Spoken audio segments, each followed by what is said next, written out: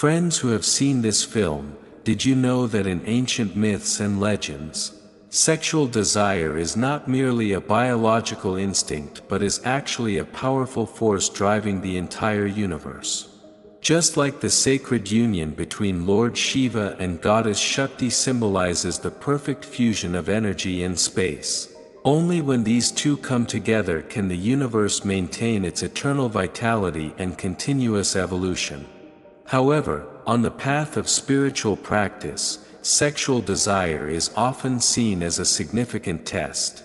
As Buddha taught, if desires are not appropriately controlled, they can lead one's mind astray into illusions, preventing the light of wisdom from shining through. Yet, at a deeper level, when we learn to confront and transform these desires positively, they cease to be a quagmire leading to downfall but instead become keys unlocking our inner boundless potential. Through meditation and self-reflection, we can transform sexual desire into inner wisdom and spiritual strength. Once we transcend attachment to sensory pleasures, we find ways to balance desire with wisdom, using this creative force for the benefit of ourselves and others. Thus, we steadily advance on the path towards wisdom and liberation, truly experiencing freedom and fulfillment in life.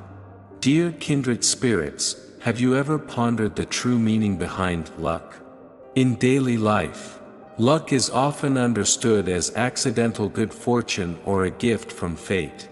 But in ancient myths and profound spiritual traditions, the essence of luck is far more profound than we imagine. For instance, in Hindu mythology, sexual desire isn't just about satisfying physiological needs. It's one of the fundamental forces driving the universe. The union of Shiva and Shakti isn't merely a beautiful story but symbolizes a sacred moment of cosmic energy merging with space. Shiva represents static space, while Shakti embodies the dynamic energy of creation. Only their unity ensures the universe remains vibrant and continuously cycles. On the journey of spiritual practice, this concept gains even deeper significance. Buddhist scriptures repeatedly emphasize the dangers of desire, warning us to be vigilant against letting desires cloud our minds and obstruct the illumination of wisdom. Thus, within Buddhism's system of practice, sexual desire is often viewed as an important test or even an obstacle to overcome. Buddha taught that without controlling one's desires, the mind becomes entangled in the illusory world, disrupting inner peace and concentration. Such indulgence ultimately traps one in the cycle of samsara, making it difficult to transcend the cycle of birth and death. In Buddhism, desire is considered a form of craving, which is one of the root causes of samsara. When practitioners overly attach to sensory pleasures, their focus disperses, hindering the growth of wisdom. For example, before Buddha attained enlightenment, Mara sent 3 beautiful women to tempt him, aiming to disrupt his concentration. However, with a pure heart, Buddha overcame these temptations and achieved enlightenment. This story illustrates that desire indeed poses a significant challenge on the spiritual path, testing the practitioner's willpower and stability. But is this all there is to desire or luck? Or does it hold deeper meanings? Let's delve into the wisdom of Vajrayana Buddhism. Within its practices, sexual desire isn't merely seen as a hindrance but as a vital source of internal energy. Vajrayana believes humans possess multiple energy centers, or chakras, and sexual desire is part of this energy. Through meditation, mantras, and specific physical exercises, these energies can be activated and guided, transforming them into spiritual momentum. For instance, the advanced practice of yab-yum meditation emphasizes transforming sexual desire into energy unified with bliss and emptiness. Therefore, Sexual desire is no longer a trap leading to confusion but a key unlocking the treasure trove of inner spirituality. During practice, practitioners learn to face the existence of desire and transform it into inner wisdom and spiritual energy. Through cultivation. This is neither suppressing nor indulging in desire but skillfully utilizing it to make sexual desire a boost for spiritual growth. This concept aligns with Taoist beliefs.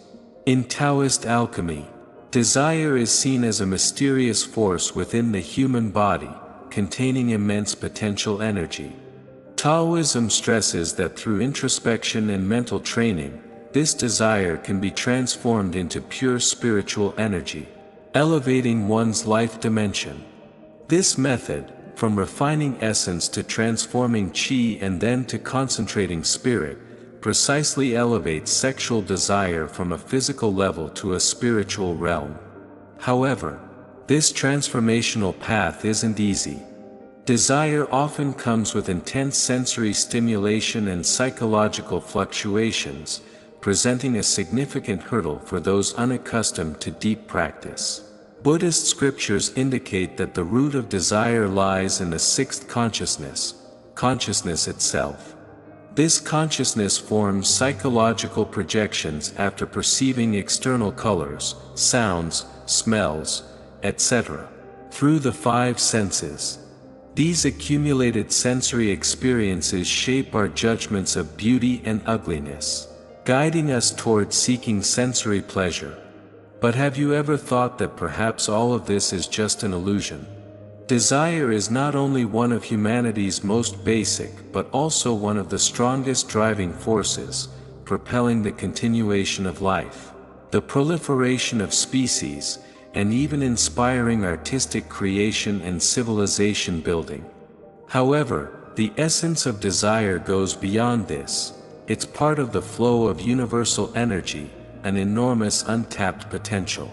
From both Buddhist and Taoist perspectives, sexual desire is regarded as primal life energy, also known as Jung. This energy can be harnessed and transformed into a tool for personal spiritual enhancement. But without control, this energy could lead to attachment, suffering, and even deeper entanglement in the cycle of samsara. Buddha taught that once we break free from attachments to sensory pleasures, we can see the light of inner wisdom. This wisdom doesn't come from external stimuli but arises from inner awakening. By confronting desire and transforming it into wisdom and power through meditation and introspection, we experience true freedom. This is what Buddhism refers to as form is emptiness. Emptiness is form.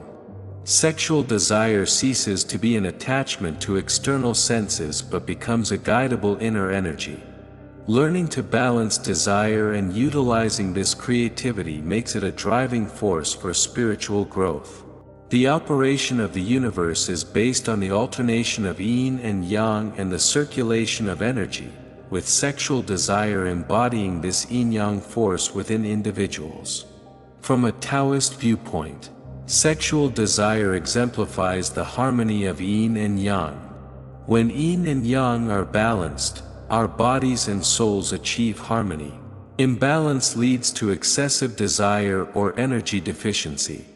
Hinduism views sexual desire as the fundamental driving force of creation and operation.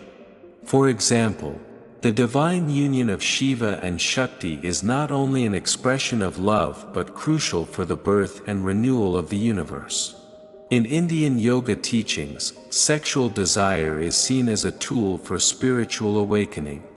Through proper guidance, sexual desire helps practitioners activate latent energy within, ultimately achieving unity with the cosmos. This perspective emphasizes that sexual desire should not be suppressed but correctly understood and utilized. The union of Shiva and Shakti symbolizes not only the balance of male and female energies but also the integration of time and space, dynamism and stasis, the core principles of cosmic operation. Only when energy and space harmonize can the universe sustain its balance and creativity. Thus, sexual desire is not only a force of life but also a bridge connecting individuals to the deep wisdom of the cosmos. Scientific research also reveals a profound connection between sexual desire and creativity.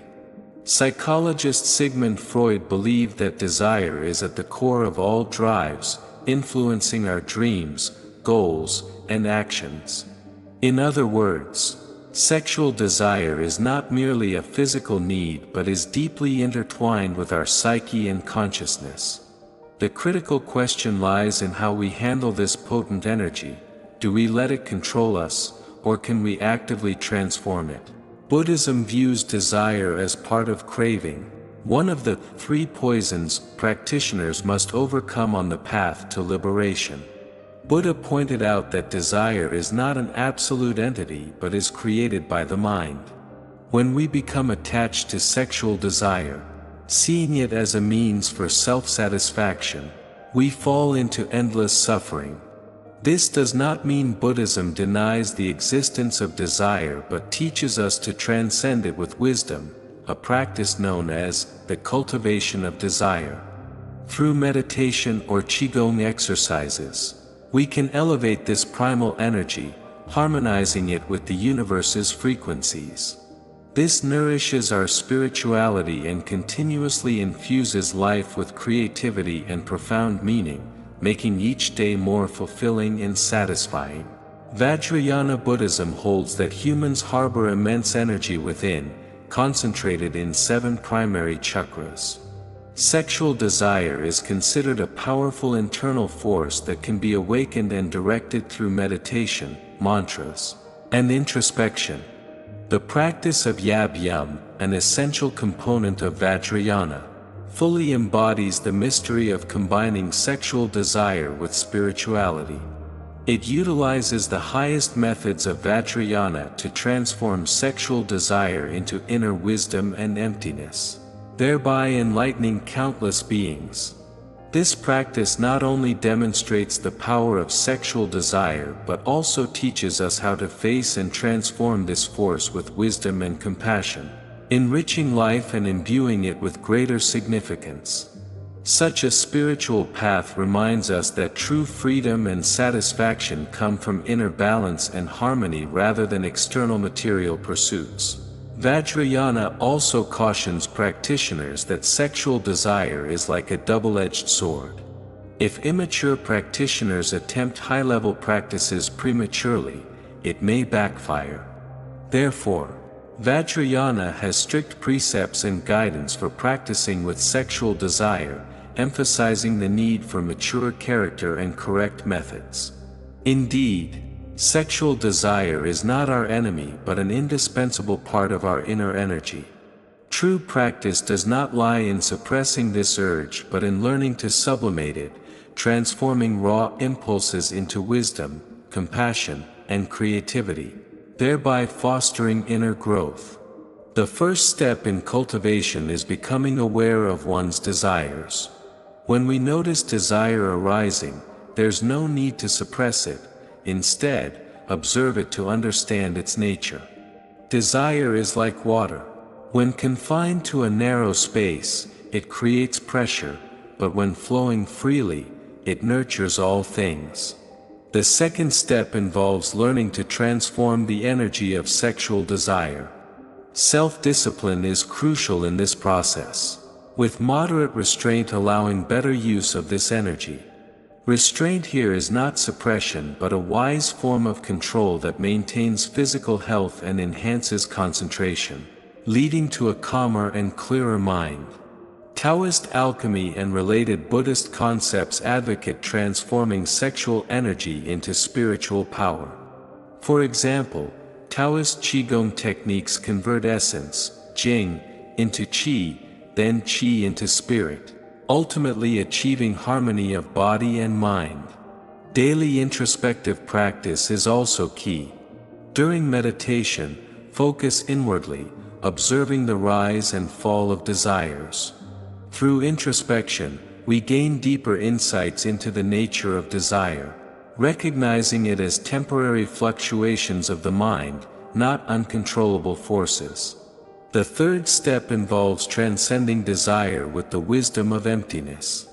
Emptiness teachings reveal that all phenomena are manifestations of emptiness, including sexual desire. When we see through the illusory nature of sexual desire, no longer being trapped by it, we transcend the self and enter higher spiritual realms. This is not just understanding and transcending desire but also the path to genuine freedom and inner peace. Thus, while sexual desire seems real and urgent, hard to resist, from a higher perspective of wisdom, it is actually a transient psychological and physiological reaction, a projection and attachment of our consciousness to external stimuli. When we use the wisdom of emptiness to deeply observe the nature of sexual desire, we find it isn't as solid as it appears but is rather ephemeral and insubstantial. This doesn't mean suppressing or denying sexual desire but learning to coexist harmoniously with it, recognizing its impermanence, and thus no longer being bound by it. As Buddha said, if you see all forms as not forms, you will see the Tathagata. When we stop clinging to the surface of desire and can perceive its underlying emptiness, we achieve true liberation. During this process, we need to continuously train our minds, learning to shift perspectives. For instance, when sexual desire arises, try meditating, focusing on your breath, drawing attention away from the external world to inner tranquility. Remind yourself that this desire is merely a natural bodily response, not eternal, and not necessarily what we truly need. With deepening insight, our attachment to desire diminishes, and inner peace grows stronger. As the power of desire is transcended by the wisdom of emptiness, we experience an unprecedented sense of freedom. This freedom comes not just from transcending desire but from a new understanding of self-identity. We are no longer slaves to desire, nor merely bodies or restless minds, but infinite, boundless beings without self or form. Ultimately, through this liberation, we enter higher spiritual realms, closer to the truth of the universe, experiencing genuine peace and fulfillment. Such practice is not just about transcending desire but a profound exploration of the essence of life, helping us find inner refuge in a complex world. In conclusion, whether sexual desire is a hindrance or a help entirely depends on how we view and utilize this force. If led astray by desire, sexual desire becomes a pitfall for the mind, but if guided wisely, it can become a bridge to liberation. As a powerful source of energy in the universe, capable of both creation and destruction, our task as practitioners is to learn to harness this energy, directing it towards spiritual elevation.